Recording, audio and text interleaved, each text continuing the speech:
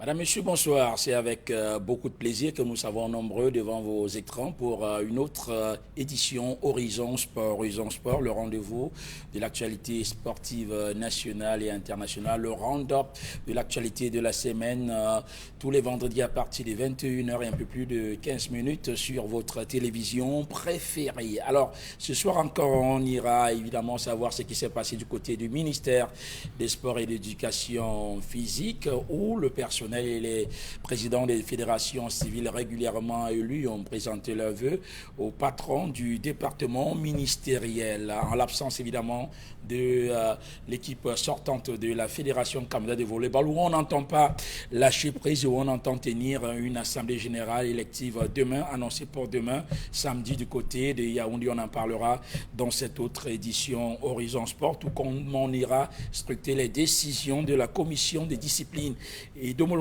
de la Fédération camerounaise de football à l'issue de la phase aller du championnat national Elite Tour. En Elite Tour, on annonce le retour avec les matchs avancés de Coton Sport de Garoua, engagé en compétition africaine, mais qui rentrera en activité avant les autres clubs.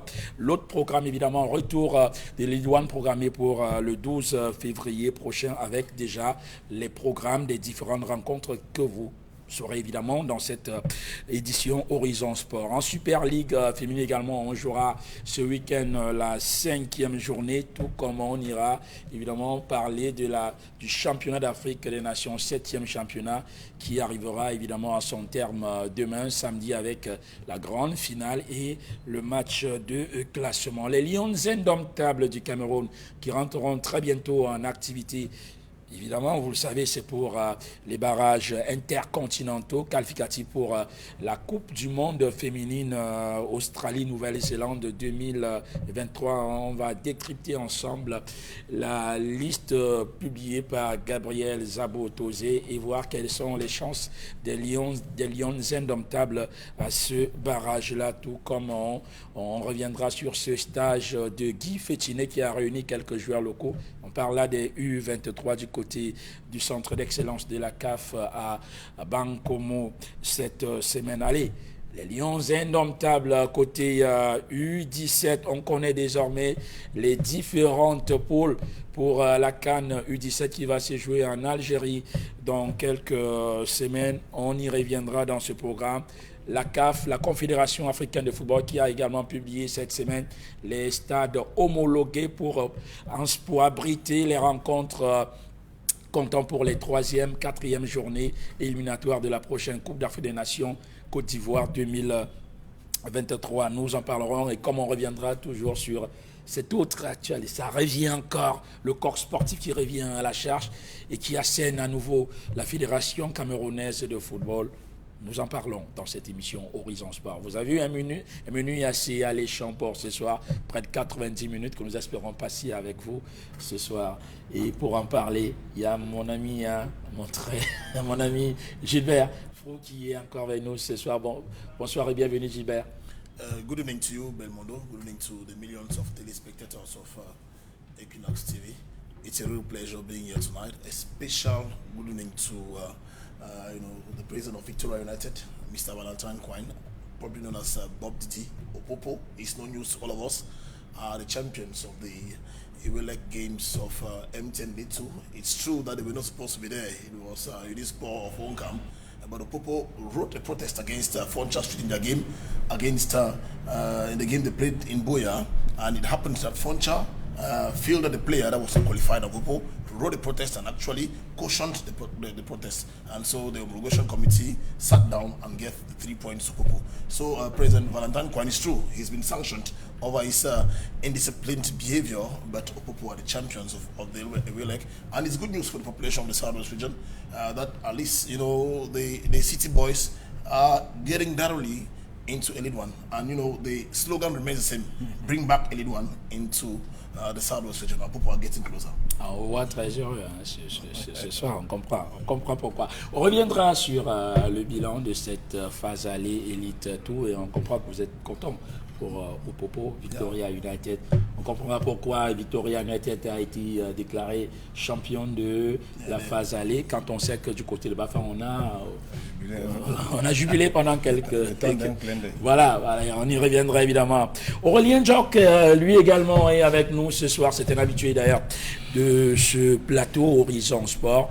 Bonsoir et bienvenue Aurélien. Merci, bonsoir Belmondo, bonsoir à mes chers copanélistes, bonsoir aux nombreux, n'est-ce pas, téléspectateurs de Horizon Sport. Allez, c'est toujours avec beaucoup de plaisir que nous avons. Et il est partagé et surtout avec, n'est-ce pas, des chevronnés autour de nous. Donc vraiment, l'expertise sera de haut vol, quoi. Le tonnerre Kalarako qui commence à sortir. Le tonnerre Kalarako commence à sortir un tout petit peu. On a vu le tonnerre très en difficulté en début de saison. Mais là, les 3 dernières journées, on voit un tonnerre qui commence à monter.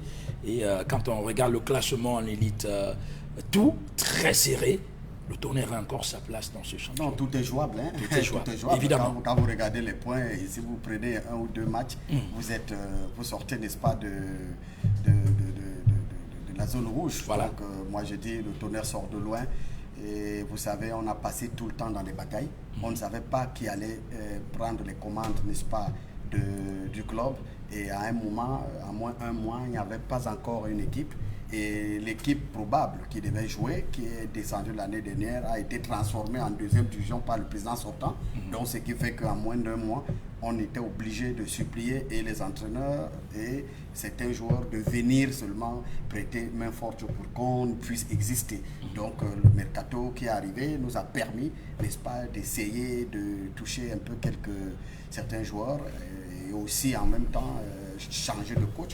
Et vous savez qu'aujourd'hui, c'est le coach Mboué qui est là, quelqu'un qui a assez d'expérience et tout, qui a observé et est en train de mettre une petite touche. Et la sérénité est en train de revenir malgré le CPG où on avait mis des gens ensemble, mais on n'a pas dit qui devait faire quoi. Et ça va dans tous les sens parce que c'est là le problème. Aujourd'hui, on a dit, bon, comme il y a un côté ceux qui revendiquent et l'autre côté ceux qui revendiquent, on prend 3 là-bas, on prend 3, donc un CPG de 6. Mais sauf que ici, dans ce CPG, il y a un côté de 3 qui à peine ne viennent même pas dans des réunions et tout et ne s'occupent même pas de l'équipe. Ils sont à l'écart complètement et les autres sont en train de se démerder et pourtant ils sont 6. Donc ce rapport a été déposé à la fédération, on attend, mais sauf que chemin faisant, nous on est en train d'évoluer crescendo et j'ose croire qu'avant la fin de la saison, le tonnerre aura quand même, n'est-ce pas, va gronder. Voilà, le tonnerre va gronder, c'est ce qu'on aimerait bien pour le TKC, le tonnerre Kalara Club de Yaoundé. Alors, il est avec nous ce soir, finalement, Clément Zeko. Bonsoir, bienvenue coach. Bonsoir Majesté, bonsoir aux companélistes, bonsoir à l'ensemble de nos téléspectateurs. Et je m'excuse de ma petite... la longueur de mon absence est due à un problème de famille. Hein. La mort a élu domicile autour de moi et la dernière en date, c'est mon oncle maternel, Sanga Samzeka Moïse Lavoisier, qui s'est en allé le 20 janvier et nous sommes dans le chantier de ses obsèques. Et puis, vous voyez, c'est extrêmement douloureux. Et à peine quelques mois, même pas moi, je parlais, c'était l'éboulement à Damas qui m'a emporté et mon cousin et sa femme. Vous comprenez que c'est pas le monde peut-être s'effondre, mais nous osons croire que le Seigneur nous donnera suffisamment de force pour pouvoir surmonter ces obstacles. En tout cas, toute l'équipe vous adresse ses condoléances, sincères condoléances. Je vous en prie. Et on est de tout cœur avec vous et on vous accompagnera dans ces moments difficiles. Vous êtes un sportif et je sais que vous comprenez ce que je veux dire. Allez, de l'autre côté, c'est l'autre consultant évidemment de la chaîne du peuple, le coach Vassilio Seseme, qui lui est toujours avec nous tous les vendredis pour décrypter l'actualité sportive nationale. Bonsoir coach, bienvenue une fois de plus. Oui, bonsoir Belmondo, bonsoir aux companélistes, bonsoir à tous nos téléspectateurs. Allez, c'est toujours avec beaucoup de plaisir. Je suis content de vous avoir parce que nous allons parler évidemment football jeune, puisqu'on annonce le lancement finalement le lancement du championnat jeune. Mais bon, ça pose, il y a encore des questions qui se posent là-dessus. Mais on en parlera dans ce programme longuement. Allez, merci messieurs d'être là. Donc ensemble, nous allons décrypter toute l'actualité sportive nationale.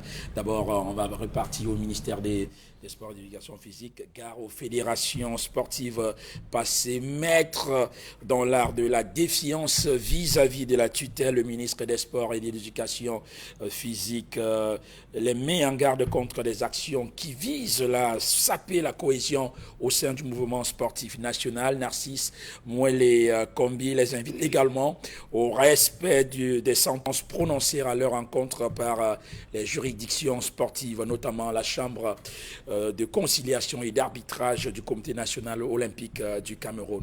Élisée Bogba et Yak Cyril font le point pour nous. Au lendemain de la CAN 2021 au Cameroun, le MINSEP et la FECAFOOT sont en désaccord sur l'avenir du sélectionneur des Lions indomptables.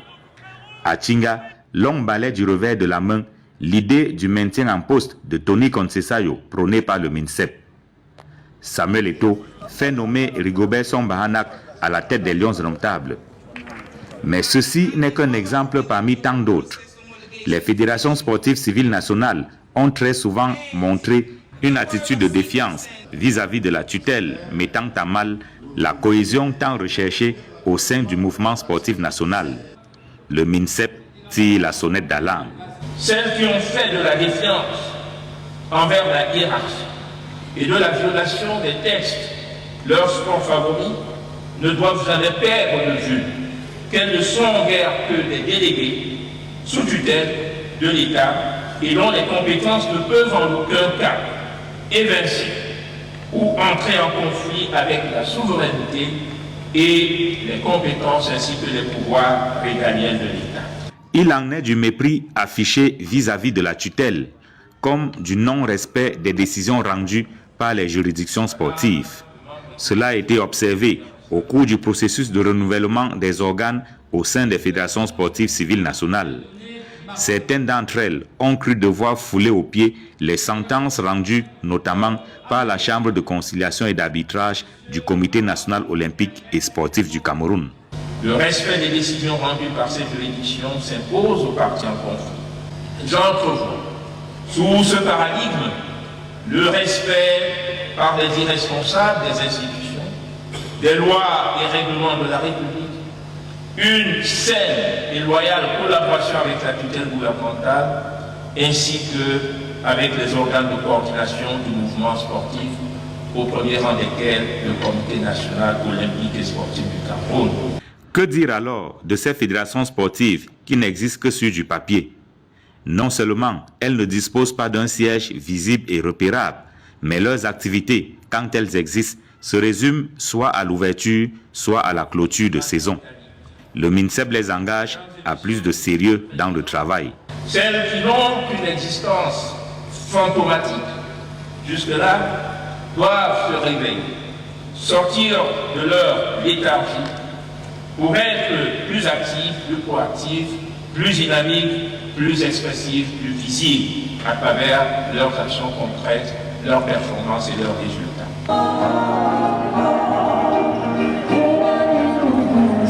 En recevant les vœux de l'ensemble du mouvement sportif national, le ministre des Sports et de l'Éducation physique invite les uns et les autres à cultiver l'esprit d'éthique et de fair play, valeur cardinale en sport, mais aussi à promouvoir la bonne gouvernance au sein de leurs associations.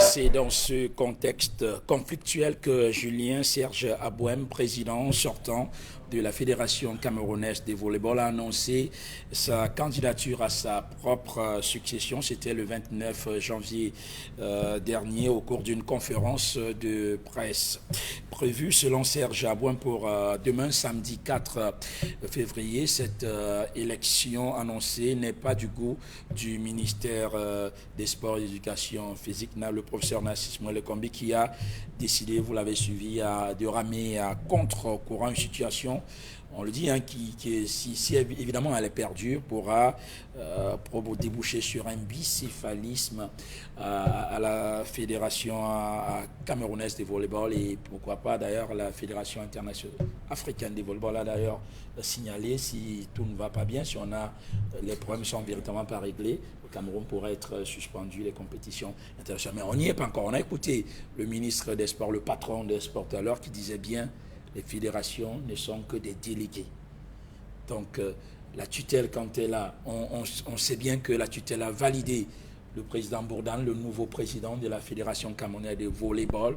Mais comment comprendre, Aurélien, que quand on a écouté le ministre qui a validé la fédération, l'élection à la Fédération camerounaise de volleyball, que l'équipe sortante de cette même fédération s'entête à tenir son assemblée générale demain samedi du côté de Yaoundé. Vous comprenez cette attitude, vous?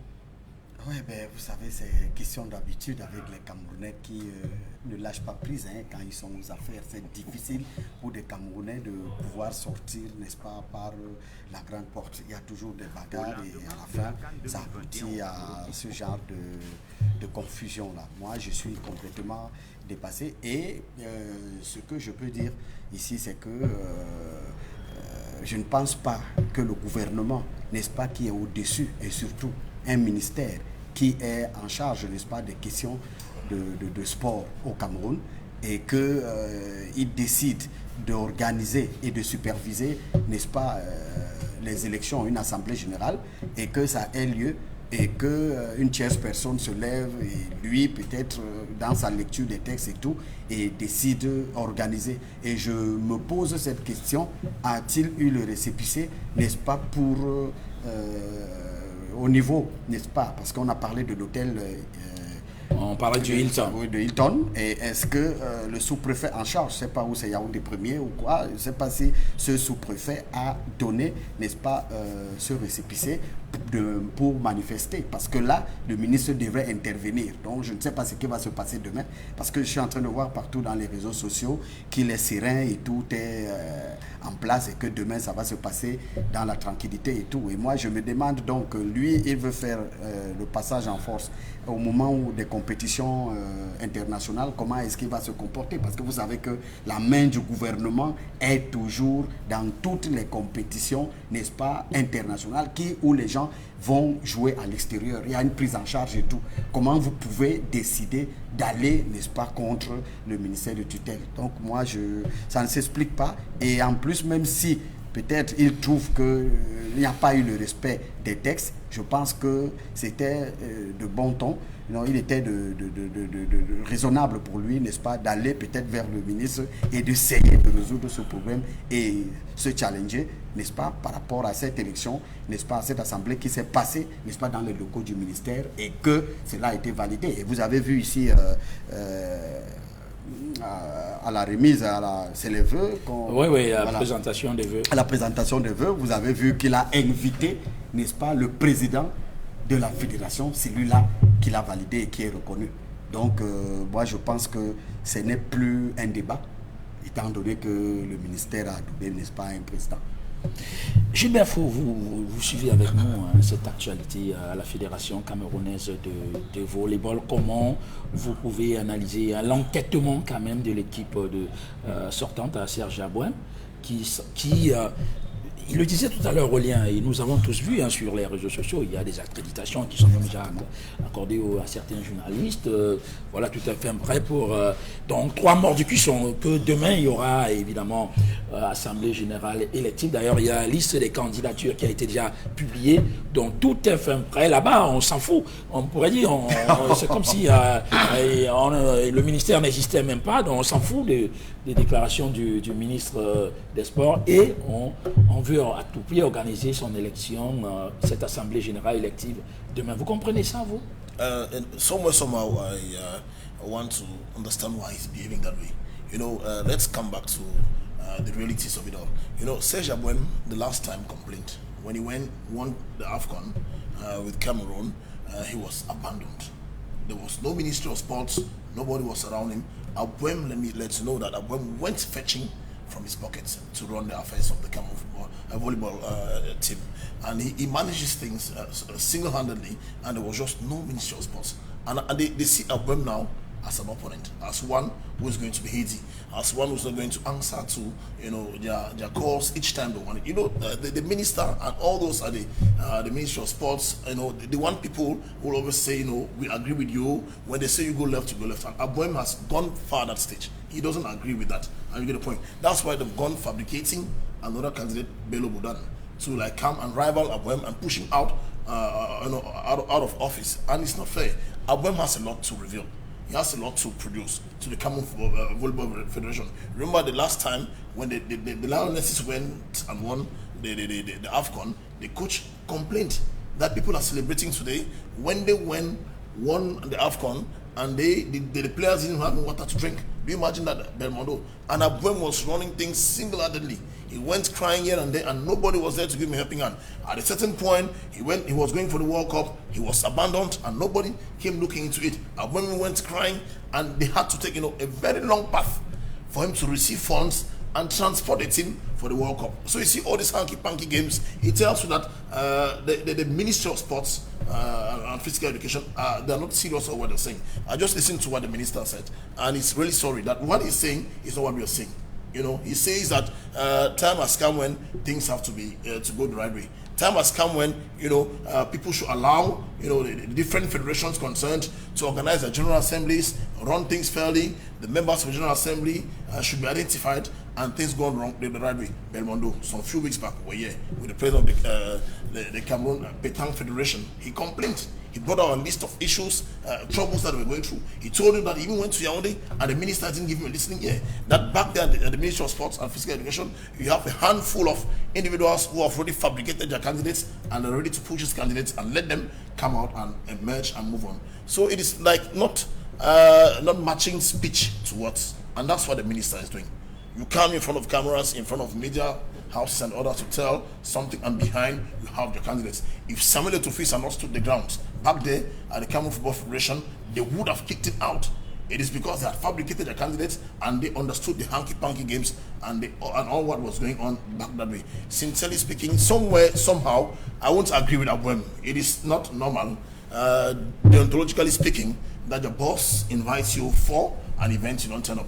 What he did was not normal. Okay. You invited for New Year wishes and you turn your back to it. At least he would have gone there, put on a sad face, expressing that to the minister and letting him know that he's not happy with what's going on.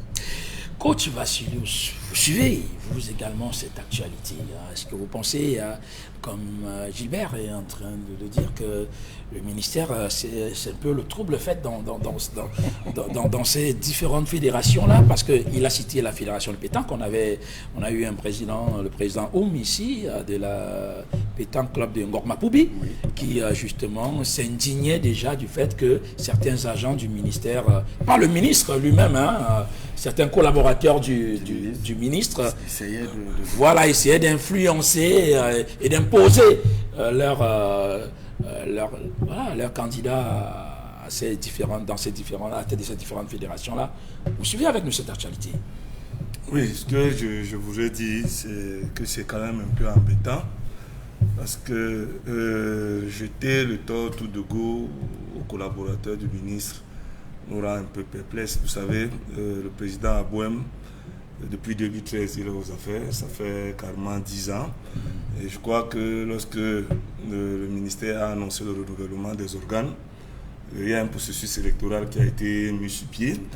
Donc, à partir de ce moment, si vous voulez aller aux élections, vous allez challenger votre adversaire sur le chronogramme qui est établi. Là, on est face à un imbroglio ou un hors-la-loi. Même s'il avait raison de ce qu'il a réalisé pendant ces 10 ans, ou ce qu'il promet faire avantage dans son plan d'action, on voit très bien qu'il veut construire des gymnases, il a pas mal de choses qu'il veut faire, mais il est déjà allé en porte-à-faux, et il mettrait davantage l'administration du Cameroun en porte-à-faux, parce qu'il savait qu'il y avait une élection, il n'est pas allé à cette élection. Maintenant, si Bello Budan a été élu dans le contexte du respect du règlement de leur commission électorale, je vois mal comment un candidat qui a été régulièrement élu se trouve aujourd'hui challengé au point où on annonce une prochaine élection qui sera supervisée par qui?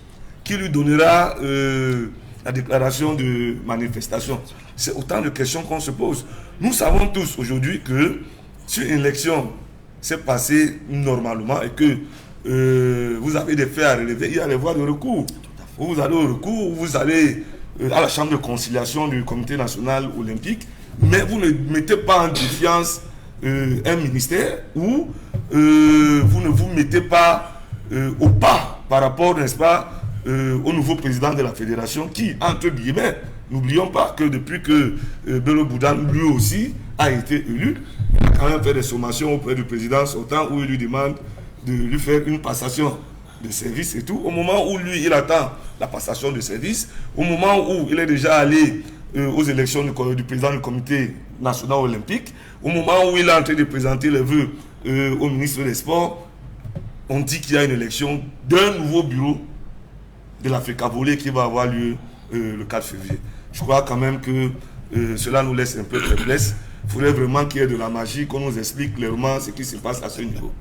Oui, vous faites bien de le rappeler, hein, les élections au niveau du Comité national olympique et sportif du Cameroun, parce que la règle c'était que ce soit les présidents régulièrement élus qui votent le président du Comité national olympique et sportif. Alors si maintenant on remet en cause l'élection du président de l'Africa Volley, imaginez qu'on revient dire qu'il y a de facto l'élection de Kakaba Maboum est annulée parce que votée par des personnes irrégulières.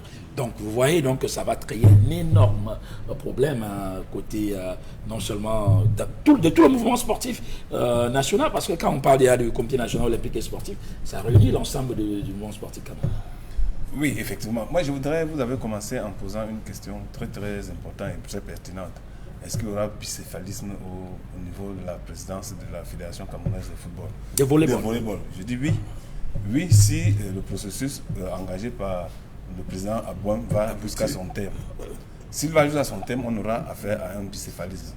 Mais maintenant, comment interpréter l'acte que pose M. Abouam si ce n'est pas une défiance? Et si on interprète comme une défiance, on va se poser la question de sur quoi est fondée cette défiance. Et on va se rendre compte qu'effectivement, ça devient une défiance, même si le service rendu par M. Aboum à la Fédération camerounaise de football et à tout ce qu'on peut imaginer, c'est du très bon service. Mais seulement parce qu'il ne s'est pas inscrit dans le processus normal des élections, de renouvellement des organes dans les différentes fédérations, telles que définies par un chronogramme, il s'est mis en marge. Et en se mettant en marge, on a comme l'impression qu'il a perdu la légitimité. Simplement pourquoi? Parce que le texte voudrait que ce soit le président de la fédération qui convoque l'Assemblée générale en cette circonstance-là. Et à défaut, 3/4 des membres de l'Assemblée générale. Et si 3/4 des membres de l'Assemblée générale ont réussi à convoquer, ça veut dire effectivement qu'il y a une déchéance de la part de M. Abouem qu'il doit pouvoir consommer. Pourquoi? Simplement parce que si vous avez le corps électoral avec vous et si vous avez l'Assemblée générale avec vous, il sera impossible de convoquer cette Assemblée-là simplement parce que vos compères seront d'accord avec vous dans le processus que vous engagez. Or, il se trouve que Bello Boudane a réussi. Je ne dis pas que c'est lui, mais l'Assemblée générale, les 3/4 membres de l'Assemblée générale ont donc convoqué cette assemblée qui a eu lieu. Et ça inscrit donc cela dans la régularité. Et quand c'est inscrit dans la régularité, le président qui est issu de cette élection, de facto, devient régulier. Même si c'est sur des pots de banane qu'on a réussi à faire passer le processus, mais parce qu'on a respecté les fondements, le processus devient normal. Et à la fin, le président Bello Boudane, qui est élu, de facto, peut porter la tunique de président et représenter la fédération en temps et lieu. Ça fait donc que la preuve, il a fait un pas en avant pour apporter sa contribution dans les élections du président du Comité national olympique et sportif du Cameroun. Ça fait que l'invalidation de Bello Boudane invaliderait de facto aussi même le CNOS. Bien sûr. Donc, vous voyez que pour que tout ce que je viens de dire n'arrive pas, il faut simplement bloquer. Maintenant, l'élection, le processus qu'engage M. Abouem. Mais simplement, est-ce qu'en le faisant, tel qu'on dit, s'il y a émission d'un tiers dans le processus, on sera obligé d'annuler. Le tiers, là, sera qui? Le ministère. Et on pose la question, quelle est la relation entre le ministère et la fédération? On va donc dire que le ministère est la tutelle de la fédération en la matière. Peut-on considérer qu'un acte posé par la tutelle est une émission pour que l'acte soit invalidé? Parce qu'on fait déjà planer la menace de suspension, simplement parce que si ce processus-là n'est pas conduit par Abouem et que le ministre arriverait à s'y immiscer, entre guillemets, on va annuler. Donc, pour que tout ce que je viens de raconter, cette supputation que je viens de faire n'ait pas lieu, il faut simplement que le processus de Abouem soit bloqué. Le ministre est, je crois, bien posé pour que cela soit. On va suivre l'actualité demain, parce que l'élection, l'Assemblée générale convoquée par Abouem, c'est pour demain samedi. On suivra avec beaucoup d'attention si effectivement cette assemblée aura lieu. Voilà, si elle a lieu et qu'il y a élection et qu'Abouem est élu, là ça va compliquer davantage la situation. Oui, on y reviendra. On a beaucoup de choses. During the election, as Clement said, 30 secondes. of the members, if they were present and they went on the electoral process, the results were validated. Just that Abouem's complaint is that there were some fictive members that were infiltrated into it. And that's why it's complaining. And that's why it's bringing back the process and to see how it's going to go on. And the minister said that some fictive members are coming in and doing things the wrong way. On y reviendra. On connaît désormais les finalistes du 7e championnat d'Afrique des Nations. Les finalistes ont été connus à l'issue des demi-finales qui se sont disputées mardi dernier. L'Algérie sera bien présente en finale à domicile. La bande Majid Bouguera n'avait fait qu'une bouchée du MENA du Niger, une manita 5-0 infligée aux tombeurs des Lions indomptables et des Black Stars du Ghana. Le Niger qui jusque-là n'avait pas concédé le moindre but depuis le début du tournoi. Les Fennecs d'Algérie affronteront en finale les Lions de la Teranga, le Sénégal tombeur de Madagascar 1-0 au stade Nelson Mandela d'Alger, toujours mardi dernier. La finale qui se jouera donc demain samedi, mais il y aura également la petite finale entre le Niger et Madagascar. Sur le plan local, le championnat national de football jeune s'ouvre ce samedi au stade annexe de Bepanda. L'agenda sportif de ce week-end, c'est avec Fabrice Eloum.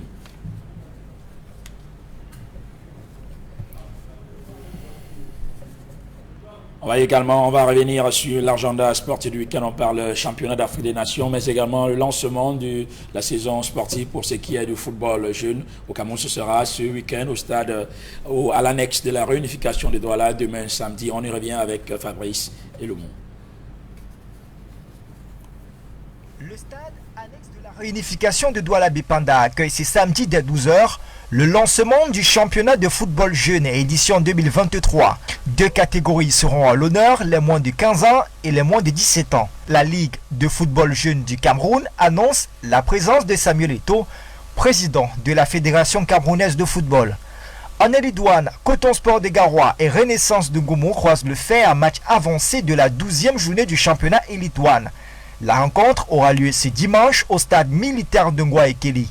Le Conseil transitoire de football professionnel justifie cette programmation par la participation de Coton Sport en Ligue des champions africaine.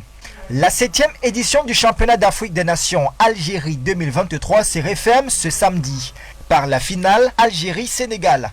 Les Fennecs et les Lions de la Teranga locaux ambitionnent chacun remporter pour la première fois le titre de champion de cette compétition. L'Algérie, meilleure défense du tournoi avec 0 but encaissé depuis le début de la compétition, livrera une bataille des titans face au Sénégal qui entend faire un doublé CAN-CHAN cette année. 600 athlètes se préparent pour le titre de champion de la 28e édition de l'Ascension du Mont Cameroun. Le président de la Fédération camerounaise d'athlétisme, Motombi Mbom Emmanuel, annonce que les vainqueurs des catégories seniors dames et messieurs remporteront chacun 10 millions de francs CFA cette année. Des sommes qui seront remises à l'issue de la grande compétition qui se tiendra le 25 février prochain à Buea. Voilà, on va un peu l'actualité de ce week-end, ce qu'on attend ce week-end. On reviendra sur évidemment cette ascension, cette course de l'espoir du côté de Buea. Mais on va un peu s'attarder d'abord sur le championnat de l'Afrique des Nations, la finale annoncée pour demain samedi. Coach Basilos, vous avez suivi ce match entre l'Algérie et le Niger, 5-0.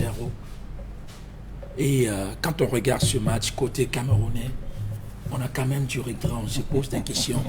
Une équipe face à laquelle il nous fallait juste un match nul. Non seulement on n'a pas pu inscrire le moindre but, mais on a été battu. Et c'est cette équipe-là qui prend un 5-0 face à l'Algérie. Avait-on le niveau de cette compétition? Si on fait cette approche, on peut se tromper également d'analyse. Vous savez, les matchs se suivent, ne se ressemblent pas. Et chaque compétition prend la mesure et chaque équipe prend également la mesure au fur et à mesure que la compétition elle-même avance. Vous savez que le Niger face au Cameroun était à un match qui paie sort. Donc le Cameroun avait le choix de contenir l'équipe, la pousser au match nul et jouer le résultat.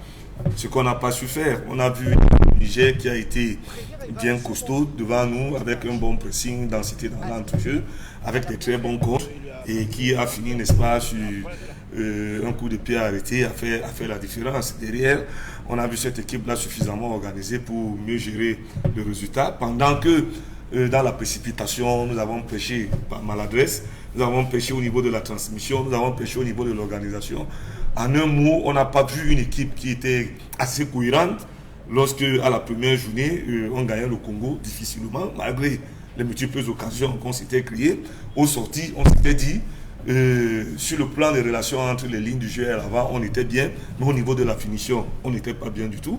Ce qui nous a fait banqueroute contre le Niger. Mais le Niger, dans sa continuité, a montré une autre solidité. Ça, il faut le reconnaître.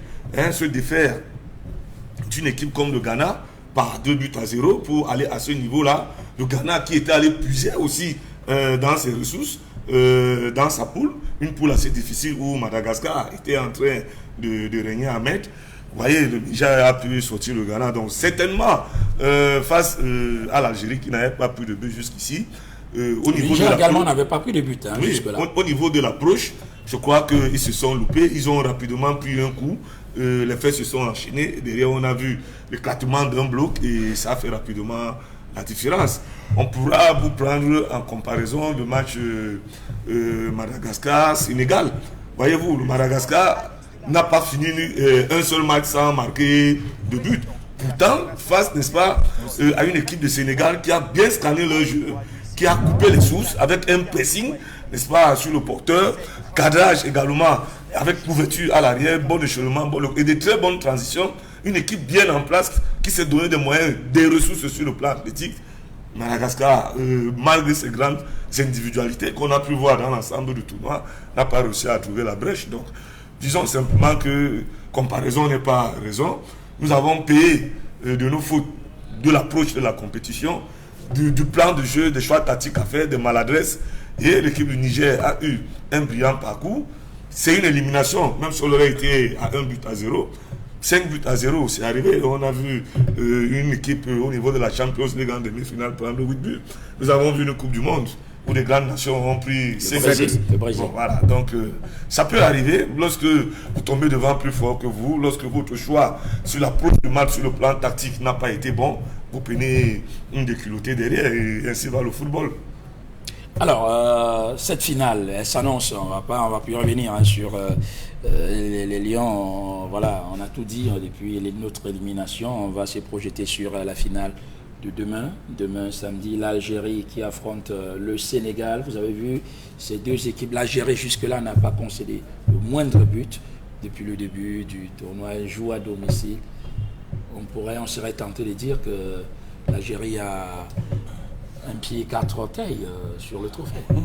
Oui, jouant à domicile devant son public avec un enthousiasme qui a tout cassé et l'envie de pouvoir inscrire le nom pour la première fois dans ce CHAN-là, parce que l'Algérie n'a pas encore soulevé ce trophée. L'Algérie a les potentialités pour le faire. Mais maintenant, en face, il y a le Sénégal. Il y a le Sénégal qui montre que il y a la suite dans les idées et elle voudrait aussi, parce que enjeu supplémentaire, faire un doublé, même si c'est deux compétitions différentes, prendre la CAN et prendre le CHAN de suite pour montrer que le football sénégalais est très dynamique et ça se démontre. Quand vous voyez l'avant-centre sénégalais, ce n'est pas un enfant de cœur, même s'il est très jeune dans son faciès, mais c'est un joueur dont les qualités sont vraiment à avoir. Donc pour le match Sénégal-Algérie, ce sera véritablement difficile et il ne faudra pas que l'Algérie, pour avoir soufflé le Niger, pense que ce sera la même situation avec le Sénégal. Non, ce ne sera pas aussi facile parce que déjà le Sénégal est averti, parce que l'Algérie va venir avec beaucoup d'arguments et parce qu'ils ont fait cette démonstration de force devant le Niger, la prudence que le Sénégal va mettre en opposition et le plan de jeu qui sera en place pourra faire déjouer l'Algérie, parce que plus on va faire durer le suspense, plus l'Algérie pourra sortir de la compétition. Il faudra donc que dans les 15-20 premières minutes, que l'Algérie s'installe véritablement dans le match en ouvrant le score. Ce que je ne pense pas. Quand vous regardez le gardien de but sénégalais, ce n'est pas... il s'appelle, il ne faut pas croire que ce sera aussi facile que ça. Mais cela donne un peu à voir que le dynamisme du football interne de l'Afrique, qu'il faut vraiment redynamiser et développer franchement pour que le talent à l'état pur devienne des instruments de compétition et de production de la performance. L'ouverture de la saison 2023 du football des jeunes, vous l'avez suivi, sera lancée ce week-end à Douala, ce 4 février à partir de 12h. C'est ce qu'a indiqué Arthur Djampi, c'est le président de la Ligue de football des jeunes du Cameroun. Ce sera à l'annexe du stade de la réunification de Bepanda ici à Douala. Cet effet, il est prévu 2 matchs pour on rappelle que ce sera les catégories U15 et U17 pour cette saison. Le match d'ouverture de la catégorie U15 aura lieu à partir de 14h30. Ensuite, on suivra celui des U17 à partir de 16h. On parle de plusieurs activités qui seront organisées en marge du lancement de cette saison sportive du football des jeunes, où on a annoncé également la présence du président de la Fédération camerounaise de football, Samuel Eto'o-Fils. On rappelle que l'année dernière, en catégorie U17, c'est Option Sport de Bamenda qui avait été sacré champion. Cette année, il y a les catégories U15 qui vont également entrer en activité. Je vais me tourner vers vous d'abord, Aurélien. Retour, on a tellement déploré le fait que il n'y avait pas de championnat jeune au Cameroun. Avec l'avènement du nouvel exécutif à la Fédération camerounaise de football, aujourd'hui, on annonce le lancement finalement de la saison de football pour les jeunes, même si là, on ne parle que des catégories de 15 et 17 ans. Oui, Belmondo, je vous ai suivi dire tout à l'heure que l'année dernière, il y a eu un champion. Il y a eu une sorte de champion, un tournoi d'une journée. Il ne faut pas parler de ça. Bon. C'est un championnat. Ça a vraiment, on nous avait quand même présenté un champion. Un pays, on en avait parlé sur ce plateau. On a pu faire ce qu'on a pu faire. On vous a présenté parce que vous pouvez vous lever le matin et vous dire que comme c'est vous l'organisateur, voilà le champion. Et nous, on va accepter parce que c'est vous la tutelle et c'est vous qui gérez les affaires de football. Tout ce que vous allez nous dire, on va accepter. Je vous ai dit que c'est un truc, une histoire qui s'est jouée en une semaine. Ça existe où? Vous croyez qu'il n'y a pas les jeunes joueurs à Bamenda, il n'y a pas au nord, il n'y a pas et tout. Mais vous croyez que le football jeune reste seulement entre Douala et Yaoundé et tout. Il y a un problème à ce niveau. Donc, il ne faut vraiment pas dire qu'il y a eu championnat de jeunes l'année dernière. Ça, c'est archi faux. Archi faux. Maintenant, quand on revient dans ce qui va se passer, n'est-ce pas, demain, c'est juste du raccourci. Juste du raccourci. Comment ça? Je crois que j'ai demandé, j'ai échangé un peu avec certains pour leur dire qu'il faut revoir le problème de notre football. Il faut revoir. Parce que les enfants qui vont jouer demain, je ne sais pas quel est le suivi. qu'ils ont eu. Je ne maîtrise même pas si la FECAFOOT même contrôle le problème d'âge de ces joueurs qui vont jouer demain. Première des choses. Et de deux, les autres catégories, les U7, les U9 et consorts U10, là, ils jouent où? Ils montrent comment on a les U15, on les obtient comment? Il n'y a pas de traçabilité. Ça, c'est de la facilité. Prendre les U15, U17, organiser un tour, un championnat pour jouer. Donc, moi, je pense qu'il faut repenser notre football. Quand vous entendez que Kylian Mbappé, à 16 ans, était déjà professionnel, tout simplement parce qu'il a commencé dans les U7. Donc, tout ce qu'on fait là, c'est du non contrôlé. Il n'y a pas une base, n'est-ce pas, pour essayer de suivre, n'est-ce pas, l'évolution de ces jeunes, ne serait-ce que par département ou arrondissement. Vous croyez, parce qu'au Cameroun, voilà ce qui se passe, les enfants sont là, et tous ceux qui organisent au quartier, la majorité n'ont pas de formation. Ils organisent, ils prennent l'argent aux parents, les parents disent mon enfant va jouer là-bas. Il n'y a personne qui contrôle effectivement que je vous ai relevé un certain nombre de choses ici. Vous ne pouvez pas prendre un enfant peut-être qui a 8 ans, 9 ans, vous lui donnez un ballon de taille 5 pour qu'il commence à tirer. Qui contrôle tout ça? Qui régule? Première des choses. Et puis ces enfants-là, comment est-ce qu'ils progressent? Comment on fait pour avoir les U15? Il faut qu'on se pose des questions. Bon, un enfant qui n'a pas joué dans un centre de formation, on voit peut-être il a 17 ans, on va venir vous dire, ok, on peut on peut réduire l'âge et tout, l'enfant vient avec 15 ans et il n'a même pas les fondamentaux. Vous pensez que la facilité dont vous voyez les Cristiano Ronaldo, les Kylian Mbappé et consorts jouer, ça commence à 15 ans, 17 ans? Non, on est déjà professionnel à ce niveau, à ce stade. On est déjà à la porte du professionnalisme. Donc il faut revenir à la base. Et ça se voit dans notre football, on est allé au Chan. Ça se voit. Et notre championnat aujourd'hui, quand nous on va voir un match, on fait des commentaires comme au quartier. Pourquoi? Parce qu'il n'y a pas de spectacle. Et vous voyez aujourd'hui, au lieu de voir le problème de fond, ils sont allés jusqu'à dire que l'entrée du stade est gratuite. Vous croyez que ça qui va mener, c'est le spectacle. Quand il y avait les matchs qui se jouaient à l'époque où il y avait du génie au stade, des gens venaient parce que lui, Paul Fédé, parce que le manga Onguène à l'époque, parce qu'il y avait les Eric et Kunga et tout ça, qui avaient du talent. Et on venait voir. Aujourd'hui, allez voir nos championnats. Qu'est-ce que vous voyez? Tout est mécanique. Il y a même des joueurs qui ne maîtrisent même pas comment est-ce qu'il faut l'occupation du stade. Tout ça se passe, il n'y a pas de fondamentaux. C'est pour ça que je dis que les entraîneurs camerounais sont même des génies. Parce qu'il y a des joueurs qu'on prend en Elite One. Il faut lui apprendre même d'abord à se positionner dans le stade. Comment est-ce qu'il faut contrôler un ballon? Et pourtant, en élite professionnelle, on n'a plus le temps de tout ça.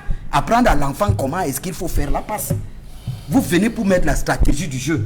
Mais les entraîneurs du Cameroun souffrent parce qu'ils apprennent même aux joueurs en Elite One de jouer. Pourquoi? Parce qu'il n'y a pas de fondamentaux. Et les fondamentaux viennent d'où? Ça provient du football à la base. Quand on parlait de football à la base, c'est quel football? C'est le bas âge là. Ce n'est pas à 17 ans qu'un enfant va venir jouer. Et c'est ça qui nous amène souvent à frauder au niveau des âges. Parce que quand on voit que cet enfant, il peut jouer, mais l'âge est avancé, on est obligé d'aller dans la facilité. Or, si on fait une organisation où les enfants sont pris à la base, en organisant par exemple Douala 5e, la fédération doit s'organiser, créer, n'est-ce pas, je ne sais pas, une formule ou par arrondissement, par zone.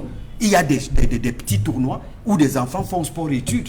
À partir de là, et maintenant au niveau des centres de formation, qui doivent aussi être contrôlés. Moi, je suis allé dans des centres de formation, vous voyez un éducateur, que je ne sais même pas, qui a lui seul 50 enfants. Il n'a même pas d'adjoint. Qu'est-ce que vous pouvez faire sur 50 enfants pour s'entraîner dans un stade?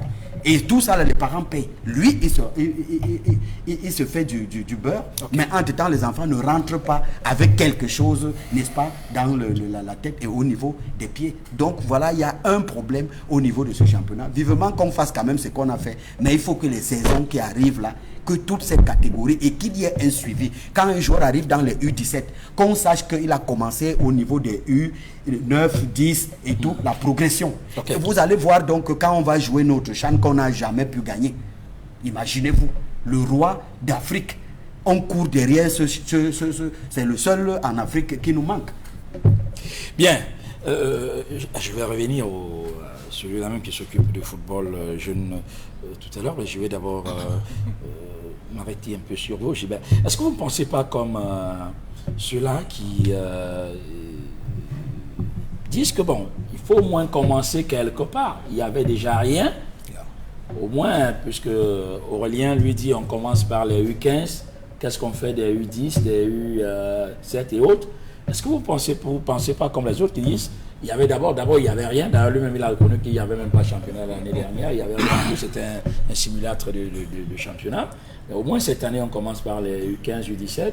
Vous pensez quand même que, comme les autres, qu'il faut au moins commencer quelque part. Peut-être à la prochaine édition, on pensera aux catégories un peu plus inférieures.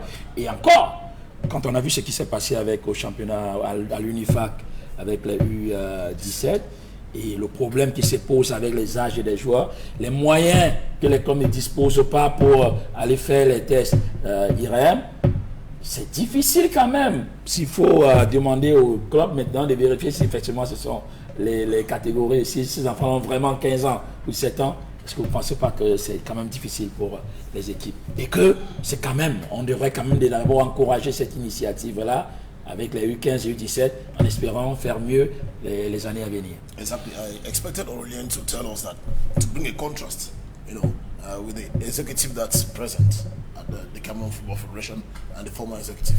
I want to let you know that Etofis has just been there for a year and a month, if my calculations are right. And when he came in, he had the AFCON that will host him back at home. When he came in, we had to play, the World Cup in Qatar. When he came in, the Independence of Cameroon were to play a competition in Morocco. We had a handful of things. When he came in, his priorities were to bring back Elite 1 and 2 football to the limelight. So you have one who's been there for just a year, and we're asking a lot from him. Sincerely speaking, this is just a start. Tomorrow, let's wait and see what's going to happen in Belmondo.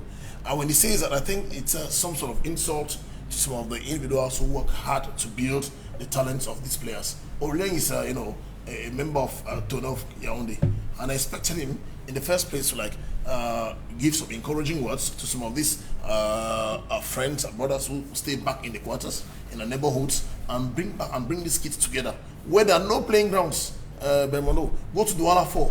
We have no playing grounds. Where do they train these kids? It is really some sort of magic.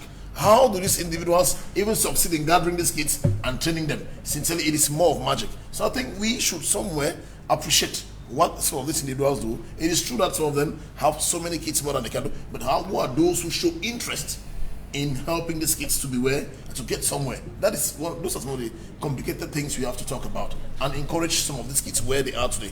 Tomorrow is a starting point.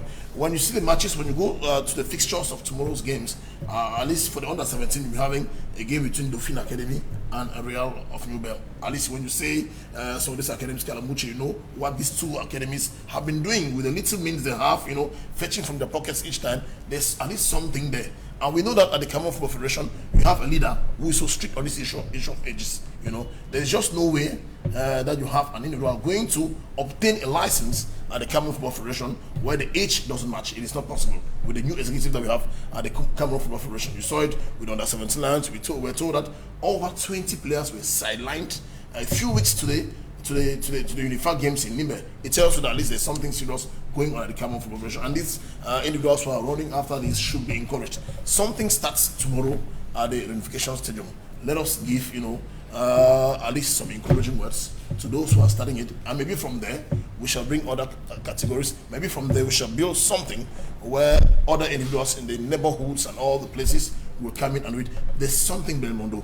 Remind all the mayors, all the municipal councillors that they need to do something for these kids to play football. Kids back in their schools, there are no playing grounds. I remember when we were kids in a primary school, we had somewhere to go and play. Back in the colleges, you had some playing grounds. But today, you have primary schools where there are no playing grounds. You have secondary schools where there are no playing grounds. In the neighborhoods, kids don't have where to play. And how do you expect these coaches and all those people to assemble these kids with the little means they have to have them play? That is where the real problem is. And we have to identify these problems, give a helping hand to the Cameroon Football Federation, let them be able to pick out the potential Kylian Mbappés that you're comparing. Regarding the environment, I think it's a big mistake, because back in France, Kylian had enough space to play, academies where they could go and train and play and all those things. But where do our kids play today? So a lot has to be done. Tomorrow it starts. Let's give a push to those who are doing this, who are carrying out these initiatives, the Dauphins, the Real, and all those academies are coming there, and encourage those who are still in the background to come out and move ahead. Coach Zeko, alors, est-ce que aujourd'hui on ne devrait pas quand même encourager l'initiative, même si on trouve que c'est pas suffisant? On aimerait aller un peu aux catégories un peu plus bas. Mais là, on va commencer demain samedi par les U15, U17. Vous ne trouvez pas que pour ceux, Aurélien tout à l'heure, hein, oui, on a compris Aurélien, hein, et lui il est inquiet parce qu'il s'est dit comment on a fait pour avoir d'abord les U15, comment on fait pour arriver aux U15, comment on fait, du coup on se retrouve aux U15. Oui, mais Aurélien pose plusieurs problèmes à la fois. Déjà dans la structuration du football jeune, dans le management du football jeune et dans la perspective de ce qu'on peut faire de ce football jeune. Et quand on ramasse le tout à la fois, on peut acheter des comptants, on paye, il y en a qu'on ne peut même pas demander le prix parce que ça ne vaut pas comme la discussion. Quand il est question, par exemple, aujourd'hui, on annonce 2 catégories. Ouais. L'année passée, quand on a fait, je prends cet semblant d'organiser le tournoi, il y avait une seule catégorie. Ouais. Déjà aujourd'hui, on a 2 catégories. Et vous voyez que la flèche est orientée vers la gauche. 17, 15 et peut-être plus tard 14, 13, 12 et on va arriver. Parce que pour aller dans le football aux environs de l'éveil, parce que les 5 classes éveil, initiation, préformation, formation et post-formation. Voilà les 5 classes par rapport aux classes. Et ensuite maintenant, ça correspond aussi un peu avec l'école de l'enfant. Parce que pour moi, par moment, quand on dit sport études, c'est une tautologie. Parce que vous ne pouvez pas, pendant que l'enfant grandit, il fréquente. Pendant qu'il fréquente, il joue. Donc à chaque âge, stade de développement, il y a une maturation qui correspond à ceci, qui correspond à cela. C'est pour ça qu'on va parler de l'éveil. Et dans l'éveil, c'est l'observation pour voir quel est le potentiel que l'enfant présente qui peut l'orienter dans le foot. Et quand il entre dans le foot, il peut jouer à quel poste il peut jouer. Donc, et vous allez voir qu'on va passer de l'éveil à l'initiation. Initier, c'est-à-dire qu'on va l'amener à avoir les rudiments de ce qu'il veut faire. Après l'initiation, on va le préformer, c'est-à-dire qu'on va mettre sur pied un ensemble de structures qui vont pouvoir faciliter le moment de son développement. On va entrer donc dans la formation. Et dans la formation, on va lui donner. Et après, il va entrer dans la post-formation. Vous voyez que ce processus, ce curriculum, ce continuum de formation ainsi présenté, laisse voir que le chantier du football jeune est très vaste, extrêmement vaste, et nécessite de la main-d'œuvre experte pour pouvoir poser le geste juste. Parce qu'il est préférable de ne rien faire que de faire le geste qui n'est pas juste. C'est pour cette raison que vous allez voir qu'avec les plus petits, on leur donne le ballon, ils jouent. Quand ils vont se fatiguer, ça arrête. Après, il faut seulement être là pour les encadrer. Parce que dans le dosage de leur activité, ils vont s'auto-réguler. Quand un enfant est fatigué, il s'arrête. Il boit de l'eau, il joue à autre chose avant de revenir au foot. Ça, c'est ce que sa physiologie à cet âge-là demande que ce soit fait. Et progressivement, on va lui laisser, on va sortir de son autonomie physiologique pour l'amener dans la régulation physionomique par l'encadreur qui est là. Mais il faudra aussi que l'encadreur ait cet outil. Première des choses. Donc, il faut outiller les encadreurs et donner la possibilité. Aujourd'hui, le Cameroun a fait quelque chose de formidable. Ça, c'est bien. Il faut encourager l'État du Cameroun pour cela, parce qu'on a fait les stades. Mais ces stades-là, c'est pour la compétition. Il faut maintenant donner des aires de jeu qui vont permettre à ce que l'enfant avant de venir pour la compétition, a déjà les fondamentaux. Hier, pourquoi nos joueurs étaient techniquement affinés? Pourquoi ils étaient physiquement à point? Simplement parce que pour sortir de son quartier et venir jouer à l'école, il faut déjà être fort pour jouer dans son quartier. Sortir de son quartier pour aller à l'école, il faut encore être plus fort pour aller jouer dans sa classe. Exact. Sortir de sa classe pour jouer pour l'école, sortir de son école pour jouer inter-école, sortir de l'inter-école pour aller jouer dans le... Vous voyez qu'il y a des étapes que l'enfant doit traverser, et sur la formation de la mentalité du jeu, sur la formation de tout ce qui va entrer dans le jeu, l'enfant, même sans professeur, la nature étant enseignante, elle va donc amener l'enfant à corriger et à l'amener vers son jeu. Ça, c'est le premier jeu. Pour dire que le football jeune est très délicat et il ne faut pas y aller je veux dire, à la va-vite. Première chose. Deuxième chose, il faut aussi faire le distinguo entre le football de jeunes, d'élite, le football d'élite jeune et le football de masse jeune. Parce que à l'intérieur, et vous allez voir que dans la division Elite 1, Elite 2, en dehors de l'équipe première, on a demandé les catégories jeunes. C'est déjà en prélude, je le dis, au football de jeunes d'élite, qui est différent du football de jeunes de masse. Donc, pour ne pas faire très long, le football jeune, il faut encourager ce qui est en train d'être fait. Il faut amener les gens à comprendre que ce n'est qu'un début, ce n'est que des prémices, et que le travail de fond reste encore d'actualité. Et amener donc les uns et les autres, chacun en ce qui le concerne dans leur domaine de compétences, à apporter ce qu'il faudra. Vassilius, vous êtes à l'Académie nationale de football, vous comprenez mieux quiconque cette formation, parlant du football jeune. On lance demain ce championnat-là pour les moins de 15 ans, pour les U15 et U17. C'est des catégories, je ne sais pas si chez vous, là où il y a l'Académie nationale, il y a également ces catégories-là, U15, U17, il y a des catégories encore plus inférieures. Mais demain, on va jouer pour les U15, U17. Vous avez suivi les interventions Aurélien, que ce soit Gilbert ou le coach Zeko. Alors vous qui êtes au quotidien avec ces enfants-là, on attendait vivement ce championnat jeune-là, c'est enfin là, même si ce n'est pas toutes les catégories. Bon, en fait, quand on organise le championnat jeune, ça ne peut pas toujours être avec toutes les catégories.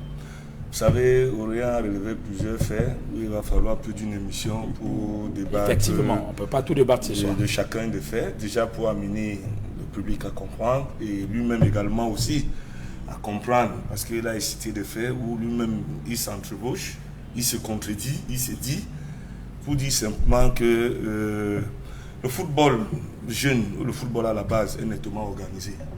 Organisé dans la mesure où toutes ces structures qui viennent aujourd'hui dans l'encadrement de la jeunesse, parce que c'est l'éducation et la formation à la base, c'est ce qu'il faut retenir. Et dans l'éducation et la formation à la base, le bon joueur peut se trouver n'importe où, même à chez l'animateur du quartier. Maintenant, il faut simplement canaliser les choses. Donc, pour ne pas me perdre dans mon développé, je vais d'abord parler de l'organisation du tournoi. Après, on va dire un certain nombre de choses après. Donc, demain, c'est le lancement du championnat jeune par la nouvelle équipe. Ça, il faut le dire. Mais le championnat jeune en lui-même au Cameroun a un grand passif, a une très grande histoire qu'il faut reconnaître. Et c'est avec l'aménagement, n'est-ce pas, des règles de transfert des joueurs qui a aussi poussé également à l'aménagement des catégories. Ça, il faut un peu le prendre comme ça. Parce que si, très loin en arrière, le football était organisé de manière à ce que il y avait des sélections départementales, des minimes, des cadets, des juniors. Aujourd'hui, la catégorie junior n'existe plus dans la compétition parce qu'on espère qu'un enfant en post-formation doit directement aller dans la compétition, selon ce que Clément a expliqué tout à l'heure. Donc au Cameroun, il y a deux catégories qui compétissent. Les U15, où vous trouvez les 13 ans et les 14 ans et les 15 ans révolus. Oui. Et si un enfant de 12 ans a des capacités, où on peut le surclasser pour jouer. Donc, dans les U15, vous pouvez donc trouver 3 classes d'âge qui peuvent être entre de compétir. Vous pouvez arriver, vous croisez une équipe qui joue les U15, mais avec les 12 ans d'âge, qui rencontre une équipe en face qui joue les U15 avec les 15 ans d'âge. N'allez pas dire que les autres sont vieux et les autres sont plus petits. C'est beaucoup d'éléments à la fois que ceux qui ne sont pas avertis ne maîtrisent pas du tout. Donc, il y a les U17 également. Clément vous a dit sommairement le contenu de formation qu'on appelle ici les étapes de la formation du jeune footballeur. Il a posé beaucoup de questions, mais je dois simplement lui dire que les structures aujourd'hui, au niveau de la compétition, on peut les classer si on veut aller dans le fond. C'est ça le vrai problème du fond du football jeune, au niveau de l'organisation et tout. Le premier problème que le football jeune rencontre, c'est le problème d'aide de jeu. Le football jeune n'a pas d'aide de jeu. Le deuxième problème, c'est la classification des structures de formation pour pouvoir organiser. Dans la classification des structures de formation, on peut mettre des indices, des structures plus élevées, des structures moins élevées ou structures qui ne sont pas élevées du tout pour mieux organiser un championnat efficient. On peut organiser un championnat par zone, mais toujours vous allez trouver des promoteurs qui vont vous dire qu'ils ne veulent pas que jouer dans leur zone. Ils veulent jouer avec tout le monde. Donc tout part de l'organisateur. Ce que je voudrais dire, c'est que la nouvelle équipe dirigeante est à sa première. Donc c'est la première fois qu'eux, ils vont organiser la Ligue de football jeune spécialisée qui va organiser son championnat. L'année dernière, il n'y a pas eu un championnat. Il y a eu un tournoi éliminatif d'un but sort pour justifier qu'il y a eu un mouvement chez les jeunes. Mais 2 ans en arrière, c'est-à-dire que si vous dépassez l'année dernière, il y a eu un championnat où on a joué au moins 9 matchs chacun parce qu'il y avait des poules de 10. Le championnat s'est joué en aller simple. On n'a pas pu jouer en aller-retour. On a pris les 2 premiers de chaque poule, toujours dans les catégories U15 et les U17. Au niveau du jury, on a dégagé le champion. Après, on est parti aux provinciaux. Donc, les 4 départements se sont croisés avec leurs différents représentants pour dégager le champion qui est parti au tournoi national, qui s'est notamment joué sur 2 sites, sur le site de Limbe et le site de Kaji Sport Academy, dont la finale a été présidée au stade Agnès Omnisport de Douala. Donc le vrai problème du championnat jeune, c'est qu'il n'est pas constant, il n'est pas continuel. Il y a des périodes ou des saisons où il se joue, il y a des saisons où il ne se joue pas du tout. Donc il y a déjà un problème de stabilisation. Et quand on va stabiliser, on va arriver à organiser. Effectivement, on peut mettre le conseiller technique en travail pour déjà recenser et classifier les structures de formation. Il vous a parlé de football, de la compétition jeune, compétition élite et compétition de masse. Compétition élite, on peut prendre certaines structures UP qu'on peut adjoindre aux structures de formation des équipes d'élite. Donc c'est de ça qu'il s'agit. Donc pour l'instant, c'est le lancement d'un championnat qui ne se fait pas au hasard. Il y a une période qui a été ouverte aux enregistrements avec un dossier à constituer, sachant que chaque structure ne peut s'affilier que sur les catégories qui est là. Vous n'êtes pas obligé de mettre des équipes en U15 ou en U17. Si vous avez les U17, vous mettez vos U17. Si vous avez vos U15, vous les mettez. Maintenant, les catégories inférieures, donc les U13 ou les U9, ils font des plateaux de jeu. Ils ne sont pas totalement oubliés. Ils font des plateaux de jeu. Parce que dans la nomenclature, n'oublions pas que hier, on ne pouvait pas faire une licence à un enfant qui n'a pas 11 ans. Je crois qu'aujourd'hui, la fédération est en train d'ouvrir au maximum pour descendre encore un peu plus bas. Parce que tel qu'il vous l'a expliqué, dans la catégorisation, vous avez l'éveil et l'initiation. Dans l'éveil, vous avez les 6 ans, 9 ans. Qui est un football de découverte. Parce qu'au football, on parle de la découverte à la construction, de la construction à l'amélioration, de l'amélioration à la compétition, à la haute performance. Donc, dans les 6-9 ans, effectivement, c'est la motricité ici qu'on veut développer chez l'enfant, qu'on commence à construire. Et l'enfant, c'est pourquoi déjà il ne peut pas jouer le football à 11. Il joue dans les espaces réduits, il joue comme bon, il semble, il bat, il bouge, et ainsi de suite, ainsi de suite. Et quand il vient à l'initiation, on commence la construction technique. On commence déjà à lui prendre, à l'apprendre un certain nombre sur la base des fondamentaux. Et quand il va donc à l'amélioration, c'est-à-dire s'entraîner à s'améliorer, s'entraîner sur les bases qui vont l'aider plus tard arriver à la compétition internationale qui va commencer chez les 17 ans. Donc, il est dans la préformation. Vous comprenez bien, hein? C'est dans la préformation. Quand il passe la préformation, il arrive dans la formation. Hein? Et chaque étape ici a un contenu d'entraînement bien spécifique. Ou si on veut s'étaler là-dessus, sur le plan technique, physique, tactique, nous allons... l'émission, elle seule ne peut pas... Justement, l'émission ne sera pas pour en parler. Je vais aussi résumer pour sortir un résumé. Complément pour dire qu'effectivement, il y a plusieurs structures de formation. On ne peut pas empêcher à une structure d'exister parce que le bon joueur, on le trouve même au sous-quartier. Et dans chaque structure, il y a les mécanismes de sélection et de détection qui se font. On peut faire la détection par masse, une détection organisée, une détection géographique. Donc, c'est des mécanismes. C'est pourquoi vous entendez en début de saison, structure telle, nous faisons le recrutement ce jour et tout. Et puis les enfants viennent et en fonction. Et chaque catégorie, si vous renvoie à une catégorie scolaire dans laquelle vous devez trouver l'enfant par rapport à sa croissance. Donc, même les problèmes d'âge qui posent entre l'âge biologique et l'âge chronologique, la dernière fois, je vous ai expliqué que biologiquement, vous pouvez trouver un enfant avancé ou retardé selon l'aspect physique qui vous présente. Donc, tout ça est très bien structuré. Ce que notre fédération pourra faire dans les jours à venir, parce que c'est de ça qu'il s'agit, c'est multiplier d'abord les aires de jeu. Avant les aires de jeu, c'est pas construire les grands stades. C'est construire les aires de jeu pour les enfants. Et ce n'est pas que le rôle de la fédération. Même le pouvoir public sont les clubs. Quand on va faire ça, le combat du président actuel, c'est d'arrimer toutes les compétitions au calendrier international. Lorsqu'il finira à le faire avec l'élite 1, l'élite 2, il arrivera au niveau amateur. Et je crois que les jeunes aussi vont être arrimés à ce calendrier qui va les permettre à la fois d'avoir le temps de repos et le temps de jeu. Okay. Donc, c'est un chantier qui est suffisamment vaste. On y reviendra. Ils viennent d'arriver. Ne commençons pas à les mener en comparaison. Laissons-les faire leur travail. Vous l'avez dit, c'est un chantier qui est suffisamment vaste. On y reviendra. Demain, ce n'est que le lancement. Probablement, on aura d'autres émissions.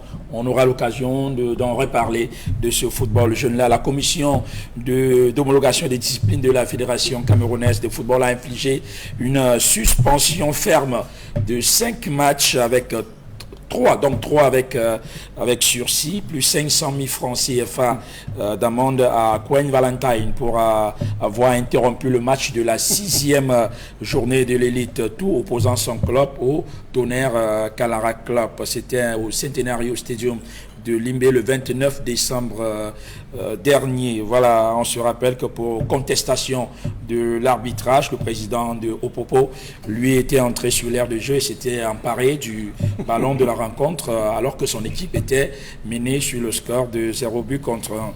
Alors, on rappelle qu'il a 10 jours. Il a, après la décision, 10 jours pour faire appel de cette décision. Par contre, Victoria United gagne les 3 points. 3 points, ça ce n'est plus contre le TKC, 3 points du match qu'il avait opposé à Foncha Street suite aux réserves émises par Victoria United accusant Foncha d'avoir irrégulièrement aligné un joueur lors de cette rencontre à Foncha qui perd donc 3 points sur son classement général. Vous allez voir que Foncha a perdu 3 points parce que au classement, on le disait tantôt, Victoria United qui prend donc avec ses 3 points gagnés sur Foncha Street, qui passe donc devant Unisport du Honcam qui était déjà en tête et qui avait jubilé la phase allée avec de temps d'un clin d'œil.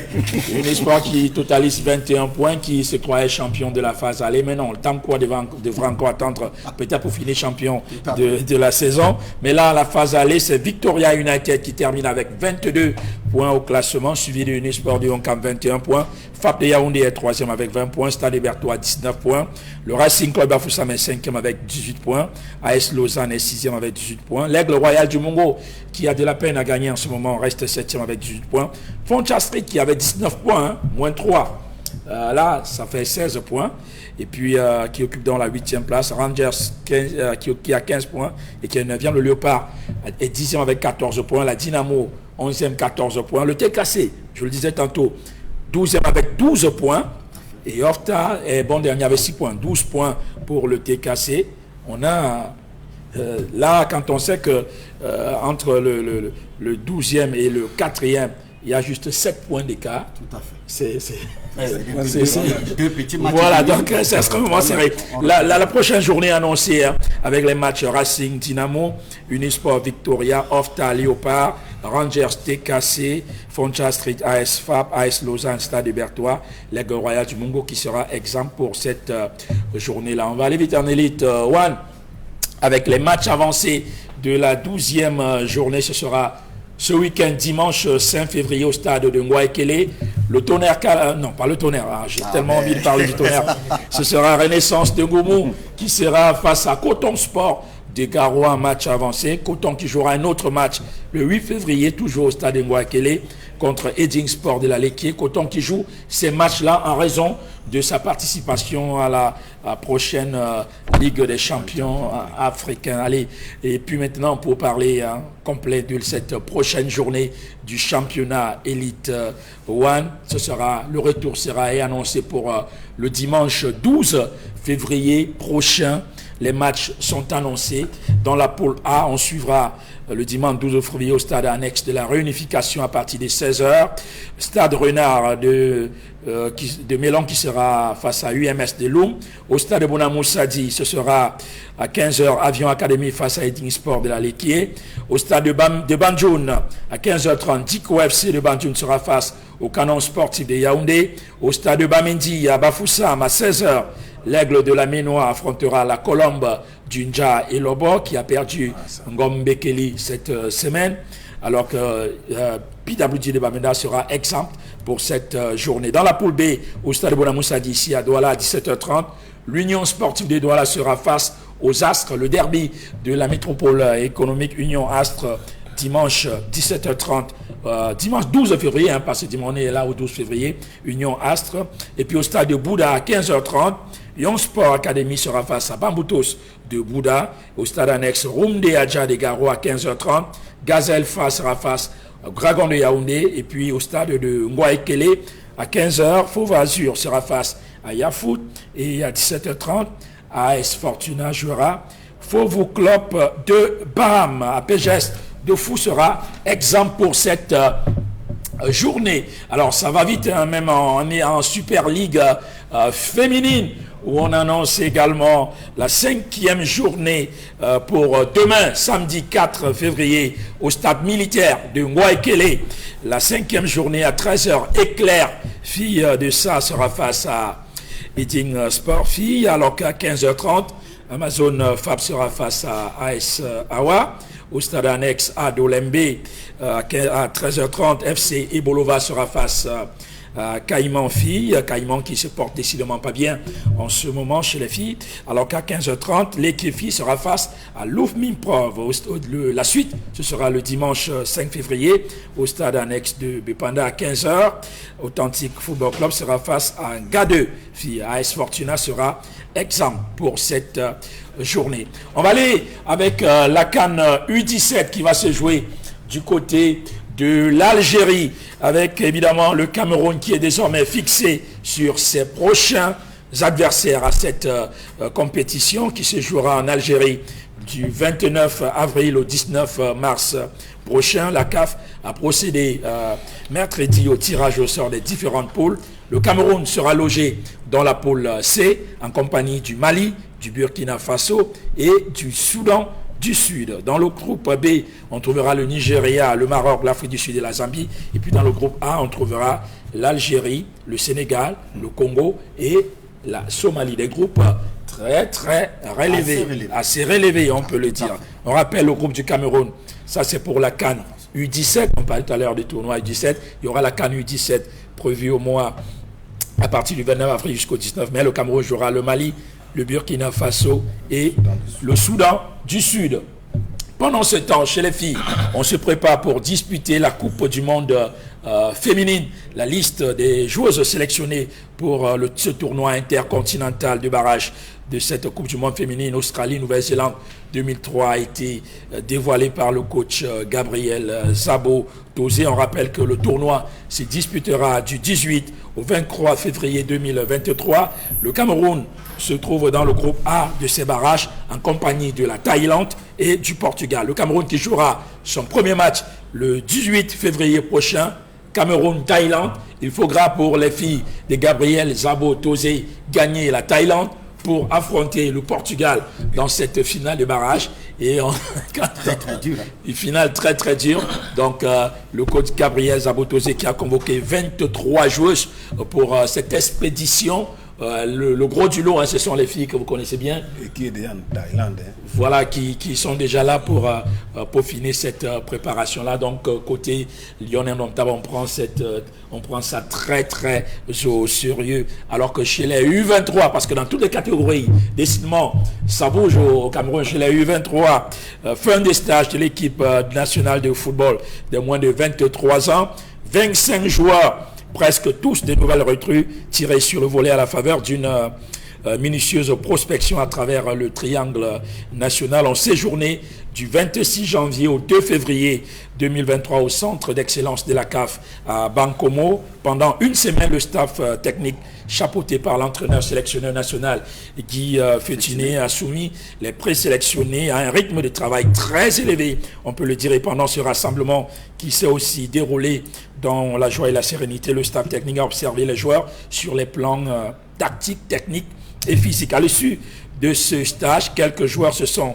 distingués et ont été inscrits, on va le dire, dans les fichiers des joueurs sélectionnés pour la double confrontation prévue au mois de mars. Le mois prochain, ce sera contre le Gabon pour le compte du dernier tour des éliminatoires de la CAN Maroc 2023. Voilà, là c'est une belle initiative, on va le dire, pour quand il n'y a pas compétition, mais les entraîneurs ont quand même décidé pendant ce temps, puisque le championnat Ligue 1 ne se jouait pas, de réunir quelques joueurs locaux pour commencer à travailler sur cette double confrontation contre le Gabon. On rappelle que c'est prévu au mois de mars prochain. Allez, la réalisation. Souvenons-nous que c'est de cette manière que Enon Gatchou avait procédé à l'époque pour pouvoir construire le noyau de l'équipe nationale qui nous a donné tellement de plaisir lorsqu'elle s'est mise à gagner, avant d'aller à la Coupe du Monde. Donc de regrouper dans l'intersaison celles qui sont disponibles pour pouvoir les maintenir et mettre déjà dans l'optique de cette compétition. Donc c'est pas nouveau. Cette trouvaille de Enon Gatchou peut servir aujourd'hui de sentier battu sur lequel il faut pouvoir marcher. On va revenir sur le scandale Olembe parce que là, dans le cadre des préparatifs de la phase de groupe de la Coupe d'Afrique des Nations, là, on est chez les seniors. La Coupe d'Afrique des Nations Côte d'Ivoire 2023, journées 3 et 4, qui auront lieu en mars, toujours au mois de mars. C'est un mois de mars décidément très mouvementé pour le football camerounais.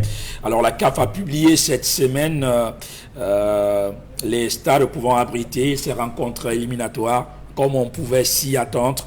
Le stade Olembe n'a pas été retenu par la CAF comme enceinte pouvant abriter les éliminatoires de la CAN Côte d'Ivoire 2023. Alors pour abriter les matchs des Lions Indomptables, la FECAFOOT aura le choix entre 4 stades. Le stade de la réunification de Bepanda, le stade de Japoma, le stade Amadou Ahidjo et le stade Rumde Yadja de Garoua. Alors, on rappelle que les fédérations ont jusqu'au 7 février prochain pour confirmer les choix à la Confédération africaine de football. Alors là, on revient sur ce fameux scandale du stade Olembe. Avant que la CAF même n'intervienne, déjà on nous avait annoncé la reprise des travaux de ce stade-là pour le 16 janvier dernier. On en est on est le 40e là, le 3 février. Avec les hôtels souterrains. Bon allez, on se pose quand même des questions quand on sait que les sous-traitants ont écrit au président de la République, ils sont allés, là ils ont tellement revendiqué qu'ils s'en sont remis finalement au chef de l'État, que vraiment... Ils ont pris des crédits au niveau des banques, il y en a qui ont perdu les maisons et tout, parce que les banques, ça ne badine pas. Et en retour, il n'y a pas eu d'argent, et pourtant on leur avait dit, faites-nous. L'objectif était de flatter, n'est-ce pas, ces prestataires pour qu'ils livrent le chantier, n'est-ce pas, et que la CAN se joue. Et après la CAN, ils étaient non grata. Et aujourd'hui, tous ceux qui sont allés avec les bons prendre de l'argent au niveau des banques et tout, n'ont pas de l'argent en retour. Et voilà ce que ça a causé au niveau, n'est-ce pas, de ces prestataires qui n'ont que, n'est-ce pas, leurs propres yeux aujourd'hui que pour pleurer. Et quand ils vont chez Madjil dit allez chez le ministre. Le ministre dit votre employeur, c'est Madjil. Donc c'est du ping-pong. Et à un moment, il y en a qui ont eu de sérieux problèmes. Mais le prestataire, n'est-ce pas, est avec, n'est-ce pas, c'est lui qui gère le chantier, donc c'est Madjil. Oui. Et comme Madjil aussi est en train de jouer au sous-marin, parce qu'à un moment, on ne sait même plus qui a le droit ou alors qui est fautif dans cette affaire, on ne sait pas. Et subitement, ils disent qu'ils abandonnent le chantier et le ministre, n'est-ce pas, qui commet, n'est-ce pas, une correspondance adressée au secrétaire général à la primature, et pour finir, ils se mettent encore ensemble et ils disent qu'on va relancer. On a vu ce one-man show, on a vu cette sortie conjointe du ministre et de Maguel. Combien de milliards que le chef de l'État accorde pour terminer le chantier? Est-ce que cet argent a été accordé? Comment ont-ils fait pour se mettre encore ensemble et reprendre le chantier? Vous ne comprenez rien du tout. Mais malheureusement, le truc a été biaisé ici, c'est que celui qui a fait le plan de ce chantier a été mis de côté. Je vous assure, quand vous faites votre conception et que vous prenez un autre technicien pour venir réaliser ce que vous avez conçu, il y a souvent un énorme problème parce que à chacun sa technique et à chacun, n'est-ce pas, sa piche pour réaliser un projet. Donc, voilà la situation qui est là. Donc, ce prestataire souffre le martyre. Vous ne savez pas ce que c'est qu'aller prendre des millions, n'est-ce pas, au niveau des banques et qu'aujourd'hui, vous n'êtes pas capable de payer. Et vous savez qu'il y a des prestataires qui donnent même souvent leur villa où ils habitent comme gage pour réaliser un chantier, sachant que dans les délais, dès qu'il rentre dans ces fonds, il part rembourser et puis il retire son titre foncier. Donc voilà, aujourd'hui, non pas de sommeil du tout à cause de cette situation. Dommage que le chef de l'État essaye d'écouter ces... On y reviendra, ils ont écrit au chef de l'État le problème Olembe Gate, qui est l'affaire Martinez-Hugo, qui vient un peu mettre sous éteignoir ce problème d'Olembe, mais on y reviendra certainement après la résolution de l'affaire Martinez-Zogo, le problème Olembe Gate, parce que la CAF, avec la sortie de la CAF, ça met encore plus de pression sur le Cameroun. Un stade qui nous a coûté assez de milliards, pas homologué par la Confédération africaine de football. C'est terrible pour le Cameroun. Allez, on reviendra très prochainement sur on suivra Alice, cette affaire entre le COC sportif et la Fédération camerounaise de football. On y reviendra dans une de nos prochaines éditions. Messieurs, je vous remercie d'être venu une fois de plus sur ce plateau. Merci Gilbert. Thanks very much, Belmondo. I want to say good evening to my friend Mr. Moga, who is the student master of the college around in Bonaberi, and invite all the bankers tomorrow at the Mapelepe Stadium to accompany Lucien Boatia and Afa. You know, the closing the season tomorrow is going to be big. Vast knows it well, he's been there. It's going to be a big ceremony tomorrow for all the bankers in Cameroon. Ok. Allez, coach Zeko, c'est toujours un plaisir. Plaisir partagé. Je vais, comme je dis, vous m'avez manqué. Allez, allez, Aurélien, merci encore. Toujours présent quand tu es sollicité. Oui, je suis toujours présent, mais ces jours-ci, je serai à la remise des vœux de notre chef de l'État de côté de Sao Tomé, dont je prends le vol demain, parce que c'est le 8, et je serai là peut-être à partir du 20 pour revenir au Cameroun et reprendre le service. Donc, j'ose croire quand même qu'on a été à la hauteur avec l'encadrement des chevronnés, n'est-ce pas? Je pense que les téléspectateurs se sont bien régalés. En tout cas, quand on les a sur le plateau, on ne se jeûne pas, on se régale. C'était un véritable régal. Tout à fait. Voilà, avec le coach Vassiliou, c'est le stratège. Merci coach. Ça a été un plaisir. Je crois qu'on ne peut qu'inviter toute la jeunesse du côté du Stade Agnès Omnisport de Bepanda demain à partir de 12h pour assister au lancement du championnat jeune qui était très attendu. Je répondrai également très présent en matinée à l'appel de foot avec la PECAM qui va déterminer ses finalistes demain, dont le champion certainement. Et je crois que c'est un samedi plein, un samedi chaud. Et c'est plus ça la vie du sport qui va avec aussi la reprise qui nous attend Croyez-vous que le week-end est déjà plein? Le week-end assez mouvementé. Bon, allez, on ne va pas s'ennuyer ce week-end de toutes les façons. Allez, merci d'être passé. Merci à Dallas Tiana, à Fabrice Lemont, Raoul Taboufoué et à notre ami Emos Fongo, à toutes les équipes à la diffusion. Madame, Messieurs, merci également pour votre fidélité à ce programme. On vous donne rendez-vous vendredi prochain lorsqu'il sera 21h pour une autre édition Horizon Sport. Bonsoir.